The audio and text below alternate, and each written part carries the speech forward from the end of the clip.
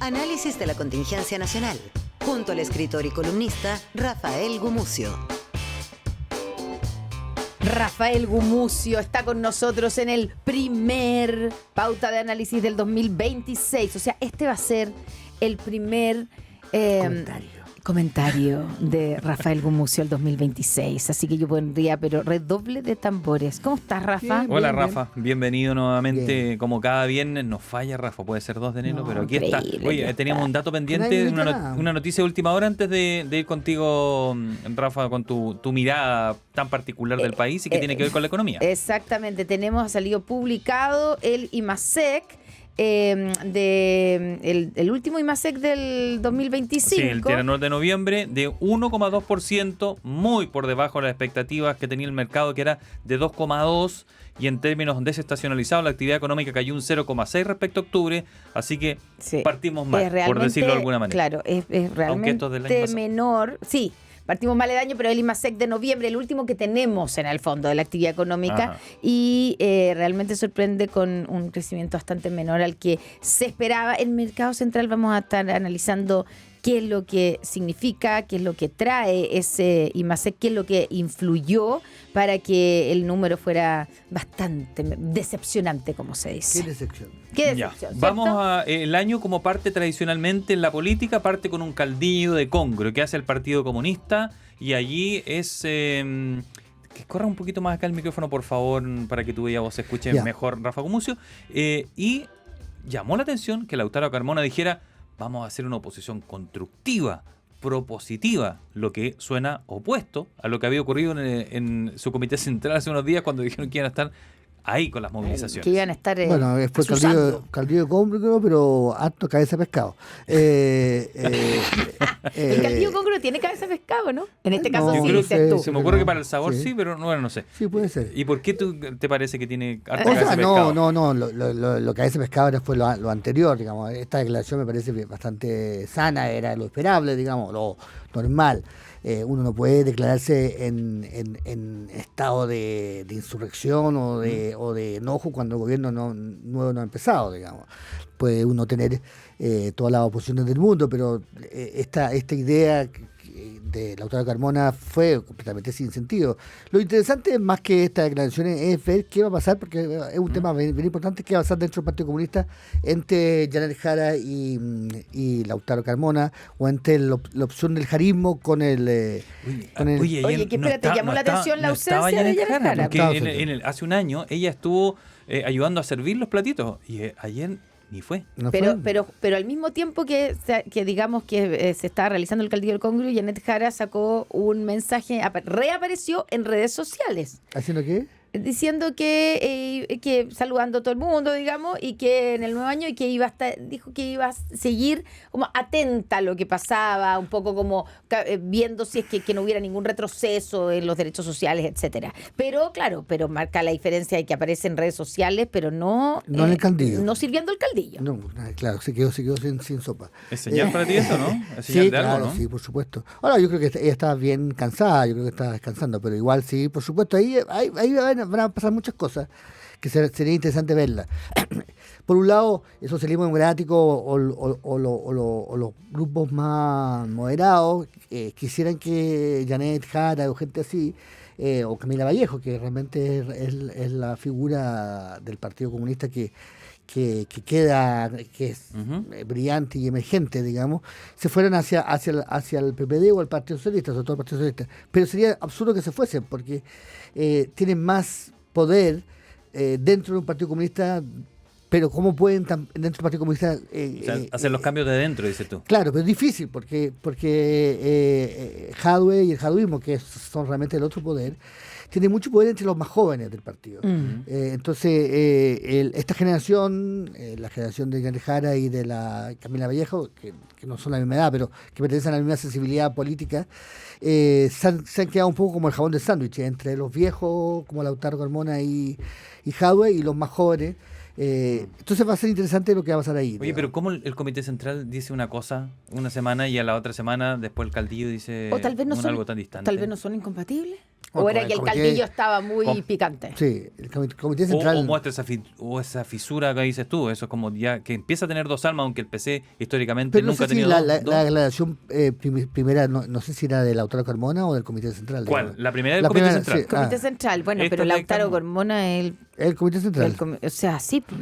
Claro, no sé, existe la idea dentro de la izquierda de la izquierda, digamos, o sea, de hacer oposición ríspida. O sea, ¿tú te crees más lo del comité central que la de ayer? No, yo no creo que el Partido Comunista tenga tanto poder sobre los movimientos sociales como la gente cree. Ya. Lo tuvo, quizás. Lo tuvo hace mucho tiempo, sí. Lo que sí hace es que cuando ve el movimiento social se está poniendo fuerte, intenta liderarlo, pero no lo consiguió. Se sube después, dices tú. Claro, no lo consiguió en el estallido, digamos, ni en el mayo feminista, no tuvo ninguna importancia ahí. Trató sí pero no. Subirse, en el fondo tratan de subirse después al carro, pero claro, no es pero que no partió desde el PC todo el movimiento feminista, ni el estudiantil tampoco, yo diría, ¿no? Ahora, el estudiantil del 2011 sí, ya. Sí, pero porque estaban Camila porque había dirigentes comunistas como Camila Vallejo, pero no todo, estaba Gabriel Boric, estaba Giorgio Jackson, o sea, los que tampoco eran todos del Partido Comunista. Claro, y suelen moderar los movimientos en vez de extremarlo, digamos, porque son leninistas y el leninismo lo centralizan, digamos, no es que el tema no es moderar o extremar, sino que suelen ordenarlo, digamos. Lenin era un tipo que detestaba la improvisación, digamos, era un hombre muy racional, digamos, un hombre sin ninguna ética, por supuesto, pero o sea, con una ética muy propia, digamos. No ética. No tenía, pero quiero decir que entonces no, el fantasma que tiene la gente de derecha sobre el Partido Comunista es que no los conoce bien, no lo ya, entiende. tú dices que se están asustando de más cuando dicen, viene el... O sea, bueno, pero espérate, pero es que al lado de las declaraciones, hay declaraciones también que pueden ser súper altisonantes, pero tienes a Vanessa Kaiser, senadora electa, diciendo que si Kast no es suficientemente duro, en algunas de sus medidas le van a hacer un golpe de Estado. Cuando yo digo, pero el golpe de Estado siempre tiene que tener la participación de los militares, y por eso, y a través del ejército o de los militares. O sea, no hay golpe de Estado sin Fuerza Armada, digámoslo. Entonces, cuando tú dices, ¿y quién va a hacer el golpe de Estado? Yo no entiendo, pero en el fondo ese es como el fantasma en la extrema derecha. Es Vanessa Kaiser, pero que tampoco encontró eco en Chile Vamos. Chile Vamos no se separó de esa idea. Pero en el fondo lo que digo es que de repente la derecha sobreinterpreta el poder que tiene ¿El Partido Comunista? Sí, no, yo creo que tienen como una idea fantasmal de un Partido Comunista que no existe real, que no tiene tanto poder tampoco. Digamos, hoy en día, ¿qué sindicato, qué federación, qué colectividad, aparte de 4 juntas de vecinos, dirige el Partido Comunista? Muy poco, digamos, casi ninguno. Entonces, por supuesto que el Partido Comunista no quiere la revolución, digamos, está en su ADN. Pero no la ve cerca.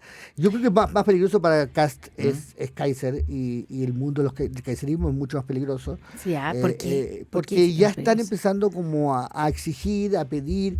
Ellos quieren guerra cultural. Es su ADN también. Algo a lo qué interesante eso, ¿eh? Si es que esto va a ser algo como ejecutivo, manejar las cosas, que es muy distinto a, como dices tú, una guerra cultural, que eso ya cambiar todo desde los cimientos, del principio, de ver las cosas, y ahí todo suma el precio. Además, pero tiene razón en cierto sentido, lo más extremo, que cuando tú quieres hacer un gobierno de administración, todos los errores de administración, la chambonada, todo se transforma en un peso político. Cuando tú quieres hacer una revolución o un cambio cultural, la gente te puede permitir errores y entonces no es un buen negocio político, nunca lo ha sido, decir que uno es un buen administración, porque primero o uno es muy buen administrador y yo creo que Kast tiene demasiada alta estima en ese sentido y tiene demasiada alta estima la derecha en ese sentido de que son muy buenos administradores. Pero a la hora de los que hubo, eso es muy perjudicial. Fue lo que le pasó a Piñera 1 y en cierta medida a Piñera 2. El gobierno de los gerentes, el contratar contratar a los mejores, que todos van a hacerlo bien. Con el pendrive, claro, pero a la primera tú dices, el gerente no es tan bueno, hoy llegó a las 11, hoy no sabe, y se va a las pailas. En cambio, si tú tienes un proyecto revolucionario, claro, de transformación... Que ya no es cosista, sino que es más de fondo, más de cimiento. Quiere decir que si uno quiere ser realista y quiere conseguir metas realistas, tiene que tener una idea no realista, porque eso alinea, ayuda, ordena, o sea, y permite que hagan esta cosa de que este gobierno no me gusta, y no me gusta lo que hace, pero es mi gobierno, porque quiero algo, y sobre todo también ayuda, y ha sido la gran estrategia de política de muchos gobiernos en el mundo, ayuda a construir esta dualidad, es decir, esto sí, no me gusta lo que está haciendo este gobierno, no me gusta cómo lo está haciendo, pero los otros, los enemigos, los que nos están destruyendo, son tan malos que yo prefiero votar. Eso es lo que ha hecho Pedro Sánchez durante en España todos los días, y lo que hacen los kirchner también. Oye, y igual yo tengo la sensación de que como lo que se hizo ayer fue un balance, y esto que es una tradición, hace 3 décadas que se hace, la receta del caldillo es la receta nerudiana y todo eso, el balance es bastante positivo. O sea, el Partido Comunista del 2025 tuvo muchísimo protagonismo en nuestro país, mucho más que lo que normalmente tiene, y tuvo por primera vez una candidata de su propio partido, más allá de que era lo menos comunista que hay, muchos dicen, Janet Jara, pero por lo tanto el caldillo tiene que haber estado muy sabroso. Regado, ¿no? Sí. Yo creo que sí, ha sido una victoria cultural del Partido Comunista. El problema es que dentro del Partido Comunista hay mucha gente que dice, para que tener una comunista como Janet Jara, entonces ¿para qué somos comunistas, digamos? Porque eso no es el comunismo. Claro, los comunistas creen en algo, son los que nos diferencia el resto de la política chilena, digamos. Entonces, claro, hay esa pelea, y yo creo que ahí hay un elemento que le pone mucho ají al caldillo, que es Daniel Jadwe, que yo creo que Daniel Jadwe no tiene nada que ver con el comunismo. ¿No? Él tiene su propio partido, que se llama Daniel Jadwe. El jadwismo, como dices tú. Y hay que traducir desde el árabe lo que hizo, porque no porque hable árabe, sino porque está en clave cultural, su mensaje. Clave cultural de ese tipo de política, la política medio oriental. Oye, quiero cambiarte de tema, Rafael Gumucio, y tiene que ver con una carta que escribía hace algunos días Viviana Tartakovsky, directora de la carrera de Psicología de la Universidad Bernardo Higgins, donde alertaba que estaban teniendo problemas los académicos y que eran cada vez más los jóvenes que recurrían a denunciar a los profesores judicialmente cuando los reprobaban en un examen. Sí, yo sumaría a esto también el hiperdiagnóstico. Es decir, son cada vez más muchísimos alumnos que tienen alguna condición, desde depresión, ¿cómo se llama? Asperger, o otra, déficit de atención. Ni siquiera me atrevo a decir los nombres porque ya los cambiaron, digamos. Si yo digo Asperger, no, está en el espectro. Van a decir, no es Asperger, está en el espectro. Y esto es derogativo, lo que tú estás diciendo es capacitista, y entonces no. ¿Y eso lo hemos acentuado mucho para sentirnos especial a cada uno, o hacerlo sentir que tiene algo especial, un trato especial? Sí, cada uno tiene un trato especial. Para recibir un trato especial. El profesor tiene que evaluar cómo va a evaluar a lo evaluado, digamos. Entonces, eso... ¿Cómo eso? Espérate. Evaluación. Tú no puedes esa idea de evaluar a ciegas, digamos, que llega la prueba y yo le pongo la nota que tú has sido profesor, soy así que profesor, tú eres profesor. Y soy evaluador. Y eso no se puede hacer ya. No, tú tienes que... Entonces llega el ensayo del alumno y tú le dices, ¿cuál es? Deportista especial, TH y con también... O sea, que no puedes evaluar a ciegas, así como buena, mala, rojo para afuera. No. Hay una evaluación distinta dependiendo de cuál condición. Y hay estudiantes que tienen más de una condición, dices tú. generalmente siempre tienen más de emociones o van de una a otra, digamos. Evoluciones. No, porque además muchas veces van juntas. No es porque caricaturizar, no es que el alumno son unos frescos que hacen eso, sino que también vienen de mundos muy vulnerables, de muchas complejidades, de una historia muy compleja que un diagnóstico permite aliviar el... ¿Eso te parece bien o mal? Que tener que diferenciar según la condición del alumno. Yo creo que el hiperdiagnóstico es una locura, digamos. Un día nos vamos a mirar con una locura, sobre todo lo que pasó con la transexualidad o con las disforias de sexo y lo que hoy pasa con los espectros autistas. La idea del espectro como es un poco compleja, digamos, porque todos estamos en el espectro. Si el espectro entonces la expectación, pero sobre todo el hiperdiagnóstico y el modo en que la psicología y los psicólogos, que además son como los carabineros, hay demasiados, digamos, Marmicot, faltan muchos, pero los que tenemos son bastante mal formados, construir un problema. Pero aparte de eso, hay por supuesto la idea de que la universidad es un lugar para todos, es un lugar para mejorar a las personas o para ayudar a las personas o para terapiar a las personas, y no es eso. La universidad es un lugar de excelencia donde por supuesto lo que se tiene que es discriminar. Entonces tú dices, pero ¿cómo es discriminar? La universidad es discriminatoria y el alumno desde el ingreso, el alumno tiene que hay unos que quedan, la mayoría queda afuera y hay unos que entran a tal carrera y el alumno tiene que aprender a discriminar entre un conocimiento y un no conocimiento. Entonces esta idea de la universidad como una especie de cuna para gente grande, digamos. Una cuna gigante. Pero eso ya es toda una sociedad hecha así. Luego, lo que sucede, que salía un poco en el artículo, es que salen de ahí y la sociedad no es así, digamos. ¿Qué profesional sale de ahí? Bueno, sí, por supuesto. Y sobre todo, tú no puedes ir con un certificado. Luego también, y eso es lo que dice la profesora o el tema de la judicialización y el tema de los reclamos es realmente... ¿Te han denunciado a ti la superintendencia? No, a mí no, pero yo he conocido casos y son...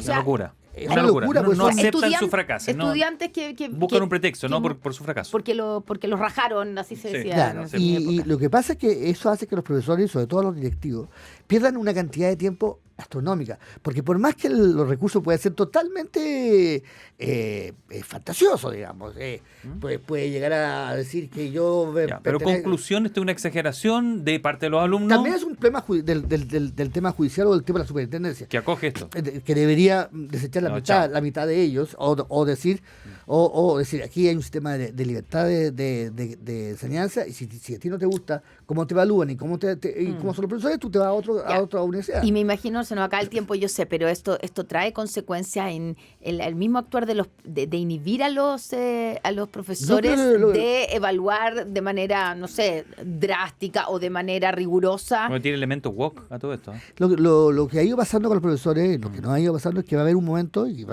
es bastante cercano, en que los profesores no van a poder más con este asunto, porque se le ha ido exigiendo cada vez más a los profesores tomar en cuenta, o sea, los directivos, las rectorías de la universidad se quieren un poco limpiar en la mano, entonces dice, llega el reclamo feminista, entonces los profesores tienen que tener perspectiva de género. Llega el reclamo llega el tema del aspecto autista, el profesor, entonces hay un momento que un profesor puede saber de literatura o de filosofía o de matemáticas, pero no tiene por qué ser experto en género, ni experto en es una evaluación objetiva.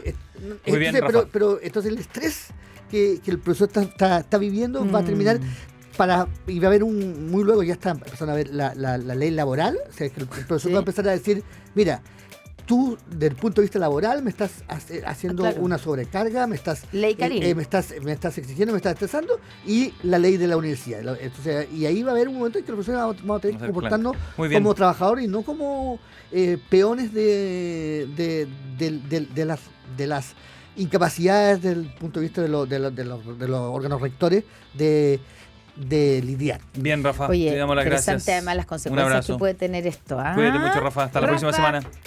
Que te vaya bien. Chao, chao. Qué gusto estar contigo así comenzando el año.